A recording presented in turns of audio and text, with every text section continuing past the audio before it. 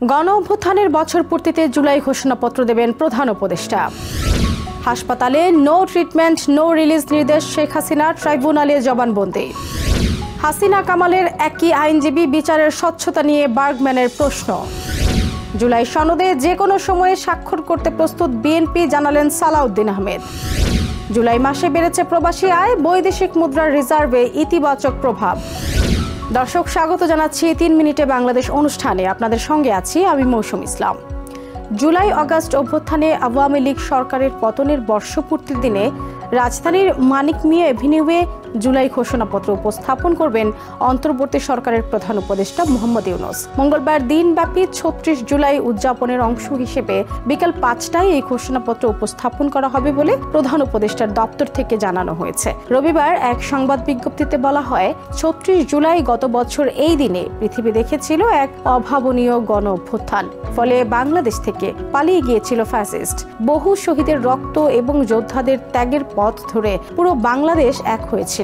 পথে পথে ছিল উল্লাসমুখর জনতার জোয়ার।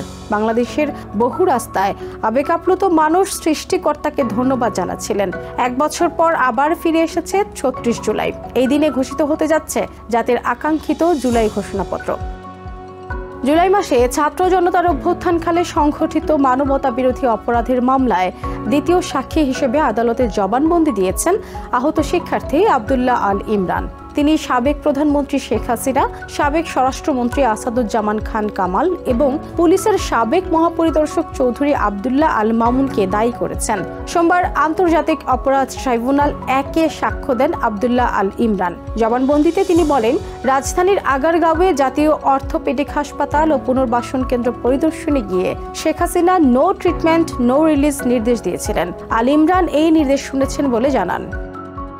জুলাই গণঅভ্যুত্থানের সময় সংঘটিত মানবতা বিরোধী অপরাধের একটি মামলায় ক্ষমতাচ্যুত প্রধানমন্ত্রী শেখ হাসিনার আনুষ্ঠানিক বিচার শুরু হয়েছে। তার অনুপস্থিতিতে রবিবার আন্তর্জাতিক অপরাধ ট্রাইব্যুনাল ১-এ সূচনা বক্তব্য উপস্থাপন ও সাক্ষ্য গ্রহণের মধ্য দিয়ে এই বিচার শুরু হয়। এ নিয়ে নিজের ফেসবুক অ্যাকাউন্টে একটি পোস্ট দিয়েছেন ব্রিটেনের সাংবাদিক ডেভিড বার্গম্যান। পোস্টে ডেভিড বার্গম্যান লিখেছেন, মানবতা বিরোধী অপরাধের অভিযোগে বাংলাদেশের সাবেক প্রধানমন্ত্রী শেখ হাসিনার অনুপস্থিতিতে তার বিচারের প্রথম দিন অনুষ্ঠিত হয়েছে। সুষ্ঠু বিচার নিশ্চিত করার ক্ষেত্রে তার কিছু উদ্বেগ রয়েছে বলে জানান এই সাংবাদিক।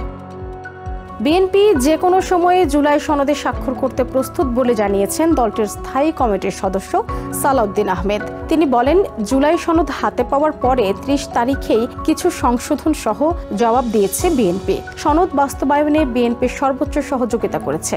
সোমবার গুলশানে নিজ বাসভবনে সংবাদ সম্মেলনে এই কথা বলেন তিনি। ফ্যাসিবাদ বিরোধী ঐক্য বজায় রাখতে সবাইকে আহ্বানও জানান বিএনপির এই নেতা।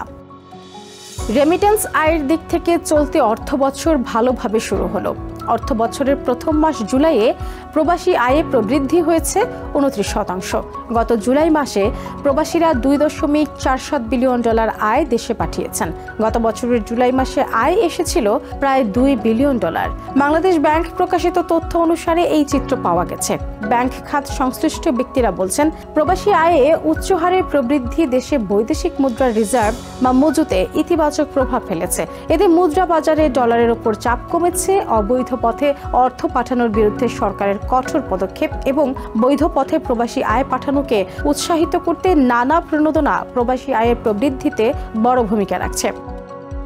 দর্শক, আজকের মতো বিদায় নিচ্ছি। বাংলাদেশের গুরুত্বপূর্ণ সব তথ্য পেতে নিয়মিত চোখ রাখুন TVN24 নিউজ নেটওয়ার্কের ইউটিউব ও ফেসবুক পেজে।